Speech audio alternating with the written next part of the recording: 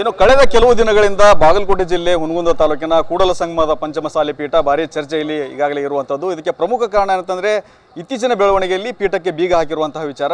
ಇದರ ಬೆನ್ನಲ್ಲೇ ಈಗಾಗಲೇ ಹುಬ್ಬಳ್ಳಿಯಲ್ಲಿ ಇನ್ನೊಂದು ಕಡೆ ಕಾಶ್ಯಪ್ನವರು ಪಂಚಮಸಾಲಿ ಪೀಠದ ವಿಚಾರಕ್ಕಾಗಿರ್ಬೋದು ಮತ್ತು ಸ್ವಾಮೀಜಿಗಳ ಬಗ್ಗೆ ಪ್ರೆಸ್ ಮೀಟನ್ನು ಮಾಡ್ತಾ ಇದ್ದಾರೆ. ಇನ್ನೊಂದು ಕಡೆ ಏನು ಪೀಠದಲ್ಲಿದ್ದಂತಹ ಬಸವಜಯ ಮೃತ್ಯುಂಜಯ ಸ್ವಾಮೀಜಿಗಳ ಆರೋಗ್ಯದಲ್ಲಿ ದಿಢೀರ್ ಏರುಪೇರಾಗಿ ಈಗಾಗಲೇ ಅವರು ಬಾಗಲಕೋಟೆ ಒಂದು ಖಾಸಗಿ ಆಸ್ಪತ್ರೆಯಲ್ಲಿ ದಾಖಲಾಗಿರುವಂಥದ್ದು. ಇದಕ್ಕೆ ಸಂಬಂಧಪಟ್ಟಂತೆ ಅವರು ನಮ್ಮ ಭಕ್ತರನ್ನು ಮಾತಾಡ್ಸೋಣ. ಅವರಿಗೆ ಯಾವಾಗ ಏನಾಯಿತು ಅಂತ ಹೇಳ್ಕೊಂಡು ಮಲ್ಲನಗೌಡ ಪಾಟೀಲ್ ಅಂತ ನಮ್ಮ ಜೊತೆ ಇದ್ದಾರೆ. ಸರ್, ಈಗ ಸ್ವಾಮೀಜಿಗಳಿಗೆ ಒಮ್ಮೆಲೆ ದಿಢೀರ್ ಏನಾಯ್ತು ಸರ್ ಆ್ಯಕ್ಚುಲಿ ಆಗಿರುವಂಥದ್ದು ಏನಂತ? ಏನಿಲ್ಲ ಸರ್, ನಿನ್ನೆ ಸಾಯಂಕಾಲ ಒಂದು ಸತಿ ವಾಮಿಂಟ್ ಆಗಿತ್ತು ಅವರಿಗೆ. ಡಾಕ್ಟ್ರಿಗೆ ಕೇಳಿ ಸಲಹೆ ಮಾಡಿಕೊಂಡು ಟ್ಯಾಬ್ಲೆಟ್ ತೊಗೊಂಡು ಆರಾಮ ಅನಿಸಿತ್ತು. ಇವತ್ತು ಬೆಳಗ್ಗೆ ವಾಕಿಂಗ್ ಹೋದ ಬಂದಮೇಲೆ ಅವರಿಗೆ ದಿಢೀರನೇ ಸ್ವಲ್ಪ ಎದೆನೋ ಕಂಡು ಬಂತು. ಆಮೇಲೆ ತಲೆ ನುಸುವುದರಿಂದ ಸ್ವಲ್ಪ ಮೈ ಕಟ್ನೀರು ಬಸಿಯೋದ್ರಿಂದ ಮತ್ತು ಆರೋಗ್ಯ ಜರ ಏರ್ಪೇರ್ ಆದ ತಕ್ಷಣ ಏನಪ್ಪ ಅಂದ್ರೆ ನಾವು ಹಾಸ್ಪಿಟ್ಲಿಗೆ ಹೋಗೋ ಬುದ್ಧಿ ಅಂತಂದ್ವಿ. ಹಾಗೆ ಅಲ್ಲಿಂದ ಈ ಒಂದು ಬಾಗಲಕೋಟೆ ಹಾಸ್ಪಿಟ್ಲಿಗೆ ಕರೆತಂದು ಬಂದ್ವಿ.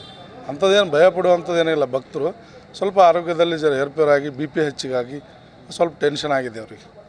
ಅಂದರೆ ಇತ್ತೀಚೆಗೆ ನಡೆದಂಥ ಬೆಳವಣಿಗೆಗಳಿಂದ ಭಾಳ ಮಾನಸಿಕವಾಗಿ ನೊಂದಿದ್ರು ಅಂತ ಕೇಳ್ಪಟ್ವಿ. ಯಾಕಂದ್ರೆ ಅವ್ರನ್ನ ನೋಡಿದ್ರು ಕೂಡ ಅದೇ ರೀತಿ ಕಾಣ್ತಾರೆ. ಎಲ್ಲ ಒಂದು ಕಡೆ ಮನಸ್ಸಿಗೆ ಭಾಳ ಹಚ್ಕೊಂಡಿದ್ರ ಅಂತಂದು ಈಗ ಬೀಗ ಹಾಕಿದ ವಿಚಾರ ಆಗಿರ್ಬೋದು, ಎಲ್ಲ ನಡೆಯುವಂಥ ಬೆಳವಣಿಗೆ ನೋಡಿ ಬೀಗ ಹಾಕಿದ ವಿಷಯ ಬೇಜಾರಾಗಿದೆ ಅವರಿಗೆ ಅಷ್ಟೇ. ಮತ್ತು ಅದರಿಂದ ಬೇರೆ ವಿಷಯಗಳೇನಿಲ್ಲ. ಆದ ಕಾರಣ ಅವರು ಎರಡು ಮೂರು ದಿವಸದಿಂದ ಸ್ವಲ್ಪ ಏನು ಅವ್ರ ಬಗ್ಗೆ ಆರೋಗ್ಯದಲ್ಲಿ ಏರುಪೇರು ಇರೋದರಿಂದ ಸ್ವಲ್ಪ ಮಾನಸಿಕ ಅಸ್ವಸ್ಥ ಆಗಿದ್ದರು ಅವರು.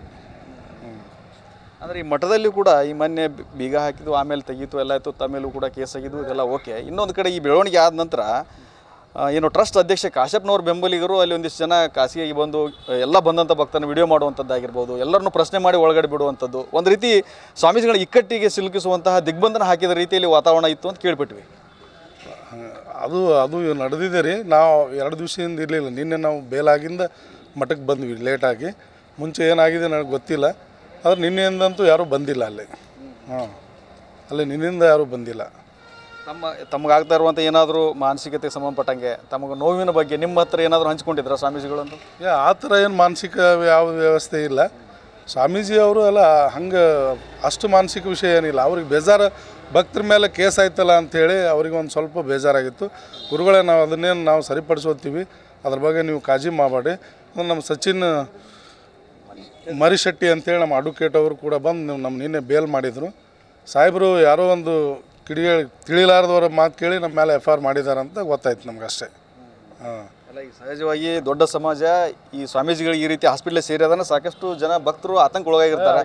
ಭಕ್ತರಿಗೆಲ್ಲ ಏನು ಹೇಳ್ತೀರಿ ನೀವು? ಅವ್ರ ಜೊತೆ ಇದ್ದಂಥವ್ರಿಗೆ ಸ್ವಾಮೀಜಿಗಳ ಸ್ಥಿತಿಗತಿ ಬಗ್ಗೆ ಭಕ್ತರಿಗೆಲ್ಲ ಏನು ಹೇಳ್ತೀರಿ? ಈ ಸದ್ದಿನ ಸ್ಥಿತಿಯಲ್ಲಿ ಸ್ವಾಮಿಗಳು ಆರೋಗ್ಯವಾಗಿದ್ದಾರೆ. ಹಂಗೇನು ಅಂಥದ್ದೇನು ಮೇಜರ್ ವಿಷಯ ಇಲ್ಲ. ಯಾರೂ ಗಾಬರಿ ಆಗುವಂಥದ್ದಿಲ್ಲ.